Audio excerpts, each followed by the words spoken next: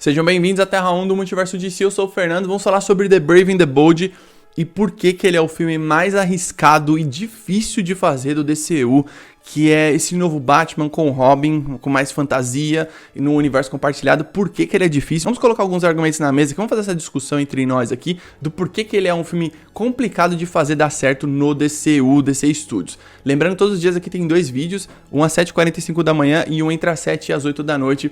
Você chegou agora no canal, está se inscrevendo agora, a gente fala muito sobre a DC aqui, todo santo dia tem dois vídeos, beleza? Que eu vejo muita desconfiança das pessoas por conta do Andy Muschietti estar na direção. Eu já dei minha opinião sobre o que eu acho do Andy Muschietti, eu não acho que ele é um diretor ruim, inclusive eu acho que ele dirige bem o Batman em The Flash, mas não é só por isso, tá ligado? Não é só porque ele me entregou em The Flash.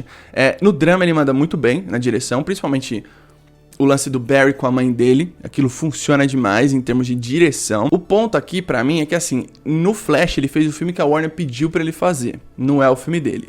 Tem várias coisas, várias evidências no filme que te deixa claro isso. Por exemplo, o final, que pra mim tudo foi regravado, eles não quiseram divulgar na mídia e saiu aquele CGI horroroso porque não deu tempo de renderizar, porque é uma zona, a DC é uma zona e é assim que acontece. Algumas coisas eu não gosto que tá sendo no filme ali, eu já falei, mas eu ainda acho que é um bom filme. Eu assisti esse filme 2 vezes no cinema e pra mim fez sentido a segunda vez, inclusive porque eu tive a sensação do que, tipo assim, esse filme não é um filme ruim. Ele poderia ser muito mais, óbvio, só que a gente tá falando da Warner Bros. Então, porra, como que você vai esperar alguma coisa do DCU, né? Que a gente cai na real, racionalmente, pensando que se você esperava do DCU, né? Olha os filmes que eles entregaram. Os principais filmes, eles prometeram tanto e não entregaram quase nada, né? Você pega, por exemplo, Batman vs Superman, o que aconteceu com o Liga da Justiça, enfim, o próprio Adão Negro, que é patético. Como você vai criar um novo Batman, sendo que já vai ter um Batman antes, que já vai ter tido 2 filmes, que tá num universo ali Elseworld, que já tá ganhando o público, né? O The Batman é um filme que já fez um sucesso de bilheteria, muita gente gostou, muita gente ainda não tá acostumada com esse filme. Muita gente fala, tipo, o filme é muito lento, né? Que eu acho isso bizarro. Se você fala, tipo, o Batman é um detetive, velho. Por que você quer fazer um filme que o tempo todo tem que ter cena de ação? Muita gente vai comparar. Ah, não, mas eu prefiro o Pattinson, tal. Beleza, isso é normal. As pessoas comparam o Tim Burton com o Nolan, enfim. Só que tem o lance que é o seguinte, você vai ter que entregar algo diferente. Precisa ser bom, não só por ser um filme do Batman, como um dos primeiros filmes do DC Studios. Esse filme precisa dar certo. Você precisa fazer o Damian funcionar como Robin no cinema. O Robin nunca funcionou no cinema. Chris O'Donnell, pelo amor de Deus, velho, aquilo ali. Eu lembro quando eu era criança, eu adorava os Batmans do George Schumacher. Acredito que alguns de vocês também. Aí você cresce, vai criando consciência, né? Você fala, meu Deus do céu. Tipo, o Damian é chato, mas ele tem muitos fãs. Tem muita gente que gosta do Damian.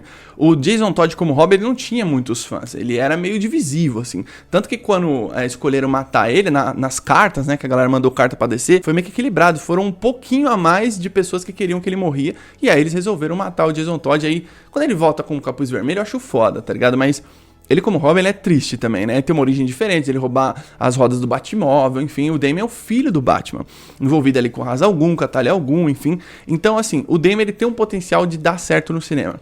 O cara que é o filho do Batman, que o Batman vai ser um paizão nesse filme, vai ter a Batfamília e tal, e vai ser uma coisa Grant Morrison da vida. A fase que o James Gunn escolheu, na minha opinião, é a fase certeira. O Batman do Grant Morrison, ele é maravilhoso, eu gosto muito, eu acho assim, tipo, ele entende muito do Batman, o Grant Morrison. Não só do Batman, como da DC no geral. Tudo que o Batman já teve nos quadrinhos, ele faz essa parada ser canônica de uma maneira muito maluca, sabe? Tipo, era de prata, era de ouro, e ele traz isso aqui pra a época mais moderna e faz tudo isso funcionar. O Grant Morrison abraça a fantasia, ele cria uma coisa bem palatável com o Damian Wayne. E é muito legal o que ele faz. A fase, eu acho que é a fase ideal pra você adaptar pro cinema. A fase do Morrison é uma fase divertida. O Batman precisa ser divertido. E lembrando que divertido é diferente de engraçado. Pode ser engraçado também, mas é diferente. Ainda assim, a fase do Morrison, mesmo tendo tudo isso, o Batman tem um tom mais sombrio. Sempre vai ter, né? Tipo, sempre tem essa parada toda. Mas é uma coisa mais lúdica. Eu vou fazer uma comparação aqui. Uma coisa que não tem nada a ver com a DC, mas pra quem conhece games vai entender o que eu tô falando. Você pega os primeiros Resident Evil, 1, 2 e o 3 e o Code Verônica. Eles são mais pé no chão. tem os bichos gigantes, lógico, tem aranha gigante, tem minhoca gigante, tem tudo gigante. Chega no 4, o que acontece? Fica mais lúdico ainda, né? Os outros eram mais pé no chão. O 4 você tem mais armas, tem mais munição, tem mais ação. Por isso que ele é o jogo mais aclamado da franquia, porque ele furou a bolha. Ele saiu de ser um simples jogo de terror, que ainda assim era incrível, né? Eu acho os clássicos fantásticos, mas ele fura a bolha e vira uma coisa mais lúdica, né? O Batman do Pattinson, ele fura a bolha também, porque ele é o Batman, mas ele é uma coisa mais grounded, mais fundamentada. O Batman do DCU, ele tem um potencial de fazer mais dinheiro, não no primeiro filme, mas ao decorrer da franquia, porque ele é mais palatável, ele é mais divertido, ele é mais pra todo mundo. Embora eu assisti na época com meu primo de 10 anos, ele amou o The Batman, achou foda e tal. Mas assim, é um outro tipo de criança. Uma criança já fala inglês quase que fluente e tal. Quando eu faço a relação assim, com o Resident Evil, que você sabe que eu sou muito fã e tal, o 4 ele é muito lúdico. Muito. Tipo, você tem os ganados, você tem, tipo, o Sadler, controla todo mundo e tal. É uma parada muito maluca ali. E é legal, o Grande Massa Véia, a história é muito divertida e ainda assim é sombrio. Então, olha só que comparação absurda que eu fiz, mas o Batman do DCU, pra mim, tem que ser tipo o Resident Evil 4.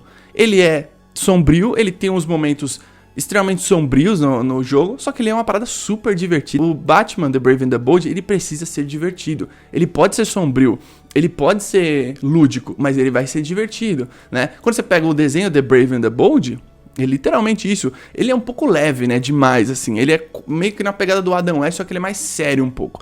Ainda assim, tem o lance de Gotham e tal. Eu acredito que esse Batman, ele tem que ir pro lado dos games, sabe? De você ver a franquia Arkham, ali tudo funciona. É lógico, o Arkham Knight, por exemplo, ele é pra maiores de 18 anos. Tem a Bárbara Gordon se matando na frente do Batman. Eles mostram mais ou menos, né, ela se matando, que impacta muito no Batman, impacta muito no Gordon, na história, que é uma parada mais, né? E assim, quando você joga a franquia do Arkham, é muito divertido. Você tem as missões secundárias do Charada, no Arkham Knight, por exemplo, o Arkham City e o Arkham Asylum, pra mim, são os dois melhores jogos de super-heróis já feitos. Eles são foda. E ele mostra por que eles são foda, porque todo o universo do Batman é foda. É tipo esse Coringa que tem que ter no DCU, né? Que ele é mais uma pegada Jack Nicholson. Ele é o cara maluco, ele é o cara sangue nos olhos, mas ele é muito divertido, né? Que é o Jack Nicholson. O Heath Ledger, ele é mais sério do que esses outros Coringas, né? E ele vai numa pegada mais anarquismo ali e tal, mas tipo assim, ele não é tão engraçado, embora você dá risada com ele às vezes pelo carisma dele, mas é mais com um escapismo, né?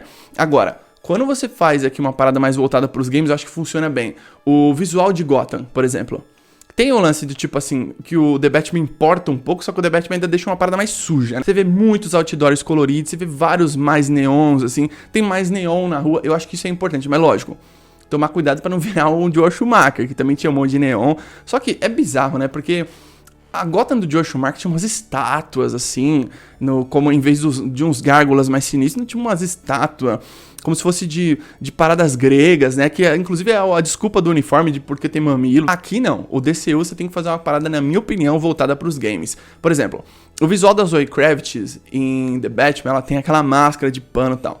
Um dia ela vai ter umas viseiras, talvez? Talvez sim, mas a Mulher Gato do DCU, que ela vai aparecer, eu já falei isso aqui pra vocês. Ela tem que ter um visual tipo da Mulher Gato dos jogos do Arkham, sabe? De você ver e falar, pô, legal pra caramba. Tem jogo que você joga com ela, é muito massa. Os personagens têm que ir mais pra esse lado, tipo, que é um lado mais fantasioso, é muito quadrinesco e ao mesmo tempo é muito louco, porque o visual do Batman Arkham eu acho muito foda, porque assim, o traje do Batman é foda, o traje do Batman do Arkham Knight, que é aquele traje mais armadura, é louco demais, tem aquelas orelhas mais compridas, e inclusive o uniforme do Batman do Pattinson se inspira, né, com até o próprio morcego que parece, que é uma armadura.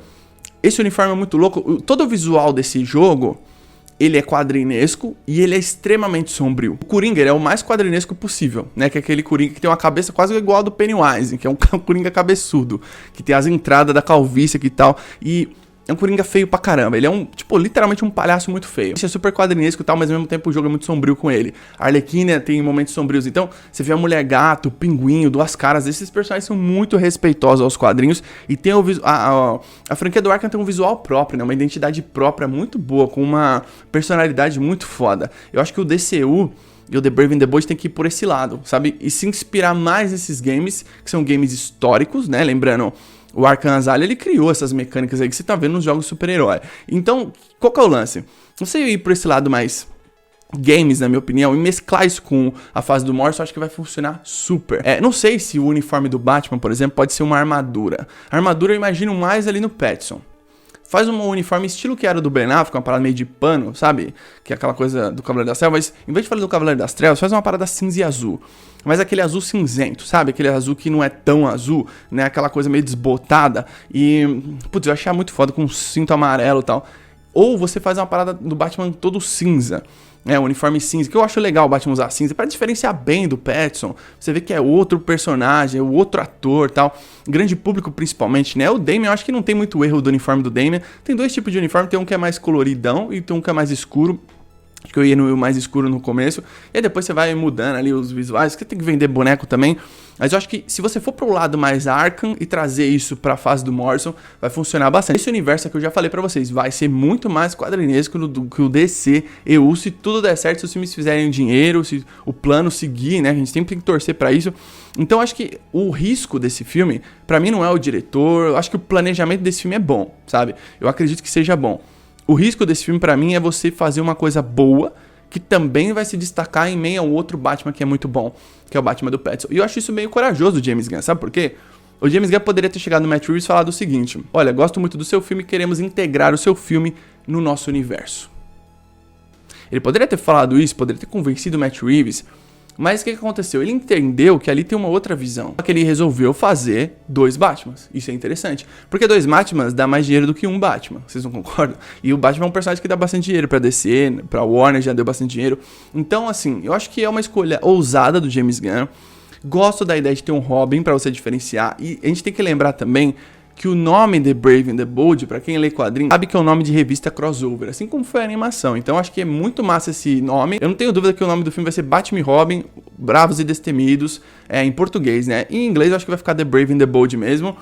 Ou eles colocam Batman, The Brave and the Bold, Batman e Robin. Eu acho que vão ser The Brave and the Bold mesmo. Mas seria super interessante, na minha opinião, se o Superman aparecesse nesse filme, pra deixar claro pro grande público, principalmente, ó, esse Batman tá nesse universo, sabe? Mas uma coisa pensada, né? Não aquele câmbio desnecessário, uma coisa que puxasse uma outra coisa. Acredito que, assim, não vai ter muitas pontas soltas nesse universo. Vai ser tudo muito amarradinho, pelo que eu entendi, pelo que o James Gunn fala, enfim.